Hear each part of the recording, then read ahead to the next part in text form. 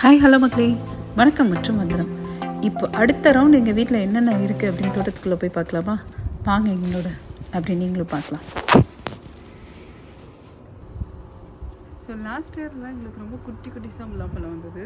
இந்த வாட்டி இது ஆட்டோமேட்டிக்காக கம்போஸ்ட்லேருந்து வந்தது தான். 2 செடி 2 இருந்தது. இது ஒன்று நல்லா பழுக்க போகுது. ஸோ டேஸ்ட் பண்ணிட்டு சொல்கிறேன். அண்ட் டெஃபினட்டாக இது எல்லாருக்கும் தெரியும், புளிச்சக்கீரை செம்மையாக வளர்ந்துருக்குங்க. அண்ட் நெக்ஸ்ட் ரவுண்ட் ஆஃப் ஹார்வெஸ்டிங்க்கு இது ரெடி ஆகிடுச்சு.